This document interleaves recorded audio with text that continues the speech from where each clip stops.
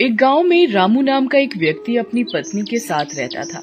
वह जिस गांव में रहता था उस गांव का सबसे गरीब व्यक्ति वही था। वो मजदूरी करके थोड़े बहुत पैसे ही कमा पाता था। उसके पास रहने को ढंग का घर भी नहीं था, खाने को 2 समय का खाना नहीं था और ना ही अच्छे अच्छे कपड़े थे। गांव वाले रामू और उसकी पत्नी की जरा भी इज्जत नहीं किया करते थे।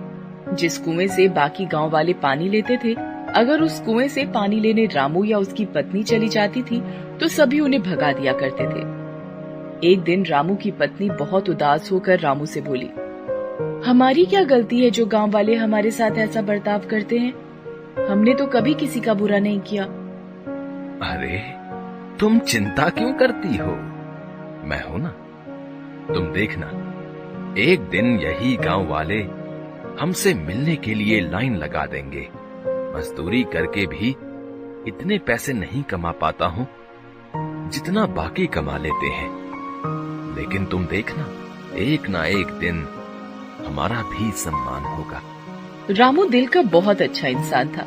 वो कभी किसी के साथ बेईमानी नहीं करता था। यही उसकी सबसे बड़ी खूबी थी। एक रात बहुत जोर की आंधी आई। रामू का घर कच्चा घर था, इसीलिए उसे डर लगने लगा कि कहीं उसका घर पानी के बहाव के साथ बह न जाए। रामू और उसकी पत्नी ने कुछ जरूरी सामान अपने हाथों में उठा लिए और पास ही अपने भाई के घर चलने लगे। रामू के भाई का घर पक्का था, इसीलिए रामू ने सोचा कि जरूरी सामान उसके घर में रख देते हैं। रामू हाथ में सामान लेकर अपने भाई के घर तक आया। रामू के साथ साथ उसकी पत्नी भी आई। भाई, नीचे आ जाओ, कुछ काम है।